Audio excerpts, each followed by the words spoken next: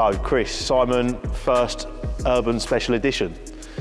Which we sort of see as more of a limited run, as much as special. Do you agree? Well, like a limited production run, yeah. Yeah, definitely. I mean, the history of this, it's been like a long time in the making. We were, well, me personally, I was scared to do this for a long period of time. Everyone said to me, why don't you do something that's like special, like just a limited run? And I was thinking to myself, if we do that, we're putting the brand on the line as a brand that can carry that.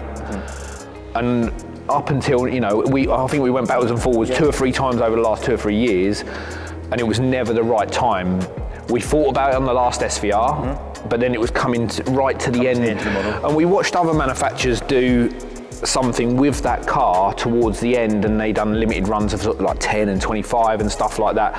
And I always thought it was a little bit too late in the day for that model. And then when this came along, it was perfect.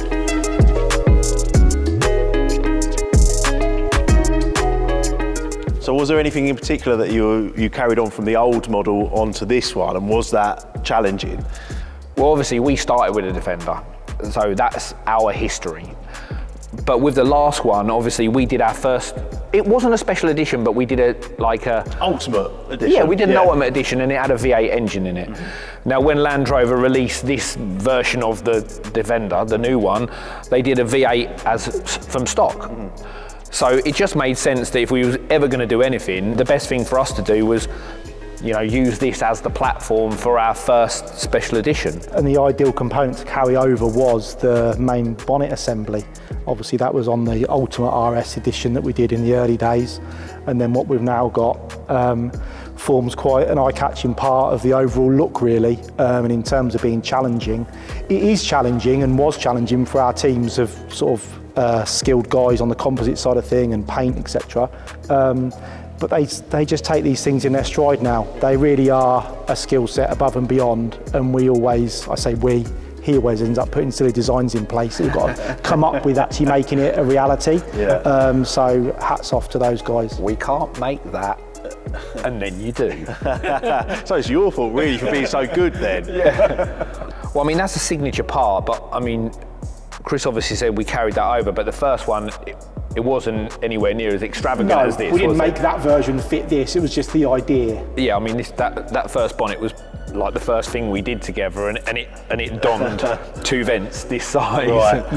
Yeah, so it's the methods that we've obviously come to use of late are the same methods as used in lots of other industries, so we're doing it properly, going from CAD all the way through to a component with what you see on the car. So it's one hell of a journey when you think back to how we did do it, and we didn't really know any different, or we didn't have any other options.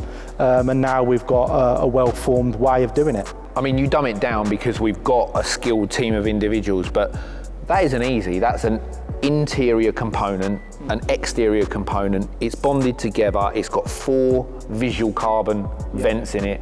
It's got steel inserts to house the hinges, to the clasp on the front, and then it's finished and it's painted and finished to factory colour plus visual vents. You know, it's not.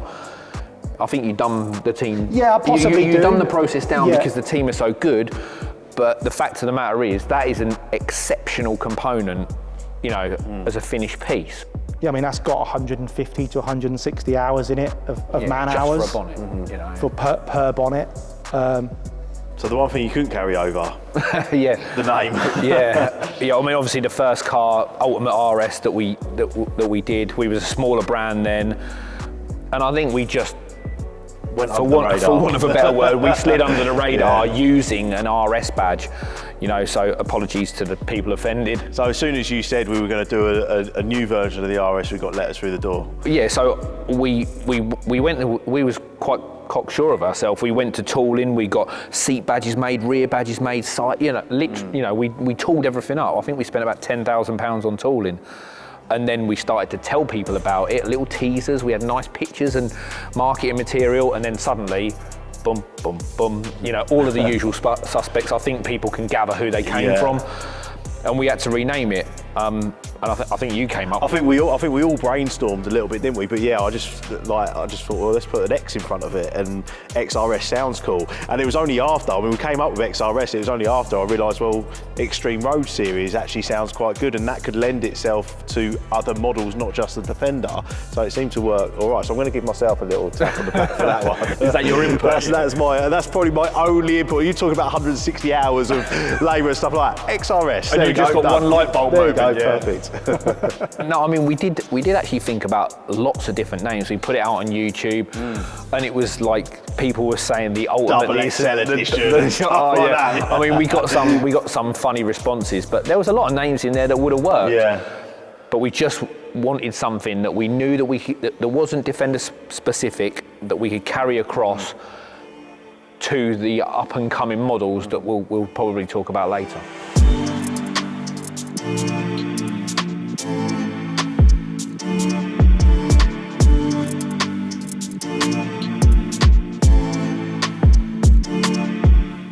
And this is the perfect base model for like a celebration of urban and yeah, I guess so. the journey. It's already the most modifiable car in the world. We already know that, especially from the last version of the Defender. What's your favourite design feature or component of the vehicle? I mean, for me, other than getting to the end of it and actually having it here done is obviously a great well, I was feeling. going to say, what's it like seeing it here complete? I walked through the door and I was just taken back, you know, in this environment to see it.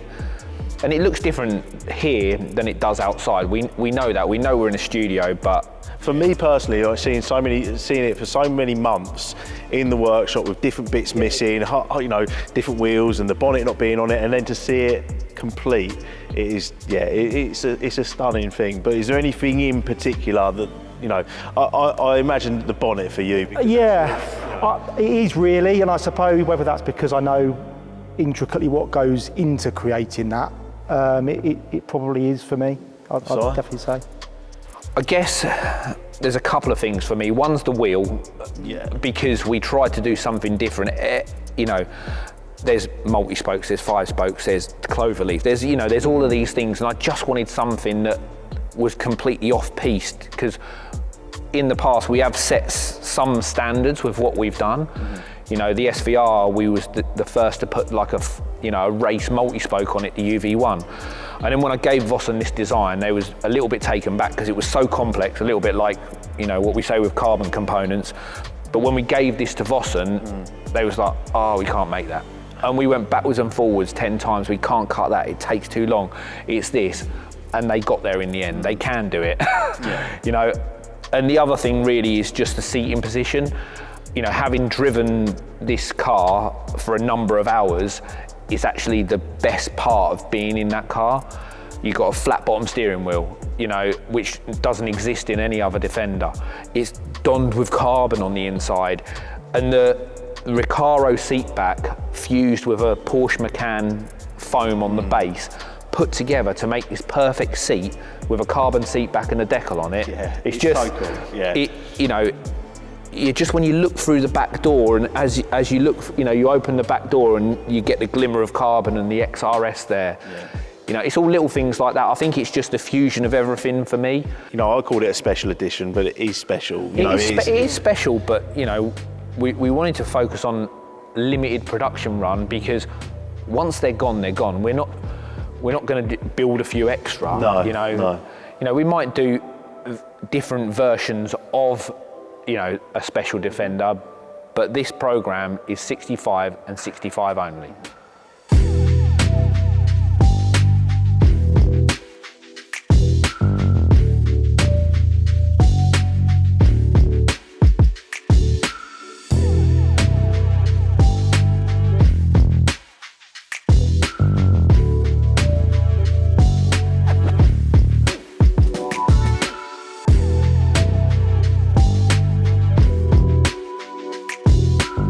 So Chris, does that spur you on then when you see other people doing stuff that we haven't done? Does that make you think, right, I need to do that now? It's frustrating, but very, very. If you saw the messages between us, we can't have this. Have you seen this? We can't have that. We can't have this. Gap. Yeah. So we're critical about fit and finish, but we're also, credit where credit's due. When someone brings out something that we need to up our game to, we do that. We want to be the best in the world, and I think it's programs like this that are going to, Well, I mean, being biased as a friend of you both and being an Urban employee, I mean, I'll put it out there, that's got to be the best Defender in the world. That's a bold statement. I was supposed to say that, but I'll let you have that one. You thought of a name, so you can say. Okay, I'll take that. But genuinely, I mean, it's definitely got the most amount of bespoke parts on it, hasn't it? I mean, no competitor has put that much into making so many different components. No, there's nobody on the market that has invested this much in the Defender. Mm-hmm. And there's companies out there that we expected to have done that by now. I don't know why they have or why they haven't. Maybe there's a big surprise coming that we're expecting. I mean, it's been the most popular car on the market for nearly 2 years now, so it's surprising that not everyone else has jumped on it. But yeah, I think it's a good thing we kind of waited, because we really have chosen the right vehicle and the right time. Yeah, the right time, definitely. And hopefully, as stock comes to fruition in the latter part of the year, we can probably see ourselves quite quickly build the full 65 of these and close off the programme with a big smile.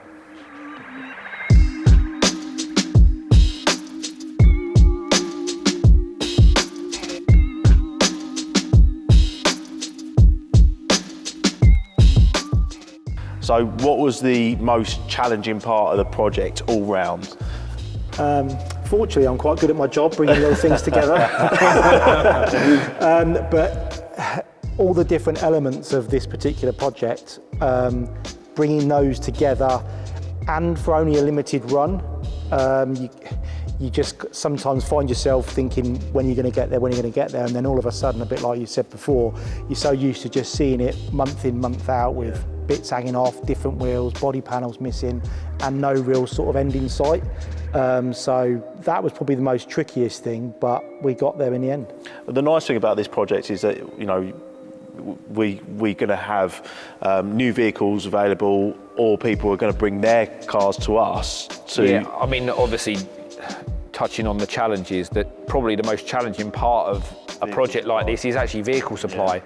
Yeah. We've gone through a bit of a roller coaster over the last couple of years in terms of supply, and this program is basically directed at someone that wants to come and buy a car from us, which we can order on their behalf. Yeah. But it's also directed at existing V8 owners. So if you've got a V8 and it's done X amount of miles, but you want to refresh it up and make it a special edition, you'll bring it to us. You'll get the same plaque. You can choose your vehicle number, obviously if it hasn't been chosen already, and we will turn your V8 into, whether it's a 110 or a 90, and in the 3 stock colours, which is Santorini black, Yulon white and Carpathian grey, we'll turn your V8 Defender into an XRS.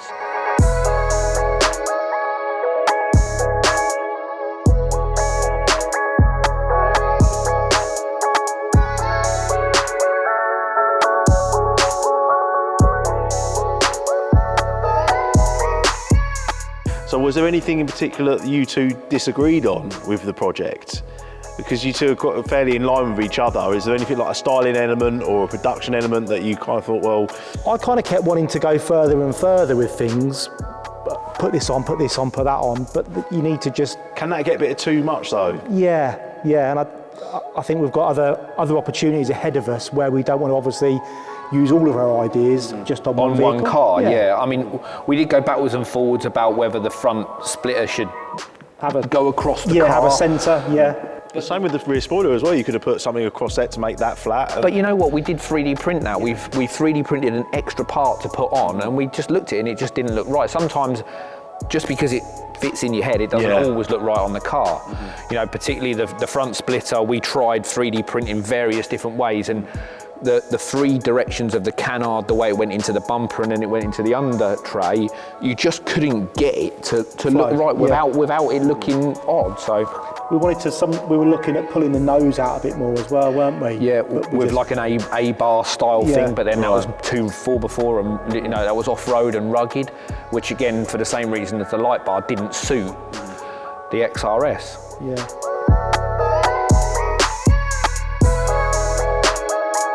One thing you'll notice about the car is we haven't put our signature light bar on it. You know, it's probably our best-selling part for the Defender that we bought out, but the silhouette of the car, it needs to have a fast element to it because of what it is. You know, the light bar is an option, and it's an option in exposed carbon. Normally it's only black, but it just felt right for me to do it without on this, especially, you know, the look of the car. There's another challenge I thought of, which is a collective one, to do with the amount of plastic elements we've gone for on this car alongside the carbon side of things. So we've got our arches, DRL surrounds, the front bumper canards. What else we got? Which is all fairly side vents, the top vents. So there's a lot of tooling there that has been a real learning curve journey for us. Which is fairly new to Urban, isn't it? Because it's predominantly carbon fibre, which is your thing. And we've had some real failings in the past when it comes to plastic. Big failings. So, but now we've had a success, I'd say.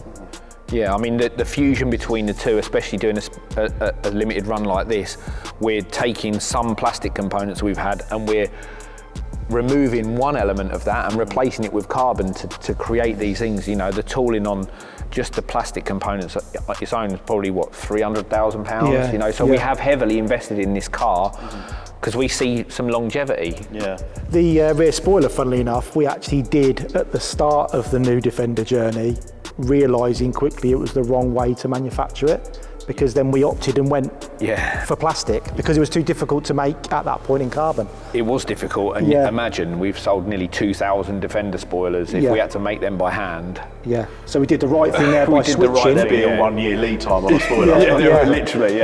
So, but then we've obviously picked it back up literally off the shelf and gone straight into production and put it onto a limited run like this. So it's worked Which is okay when you're doing limited numbers. Completely. Yeah.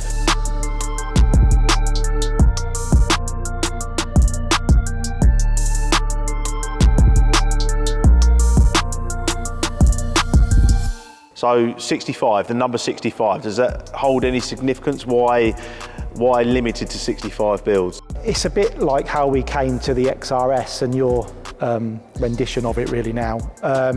We wanted to go all out, didn't we, at the beginning, performance-wise as well as what we do with styling? Yeah, so the 65 derived from 650 horsepower. It was the vision, and then obviously when we got the car and we put it on a dyno, we realised that it's very difficult to tune modern vehicles as well, it's a tall order. That would have been a tall order. Yeah, the last SVR, the Range Rover SVR, we've had some customers tune them up to 650, 700 brake horsepower with different pulleys and exhausts and, you know, software. But, you know, these are brand new vehicles, and, you know, you do have to consider warranty and you do have to consider all these things. So we kind of thought, well, it doesn't need that much power. No.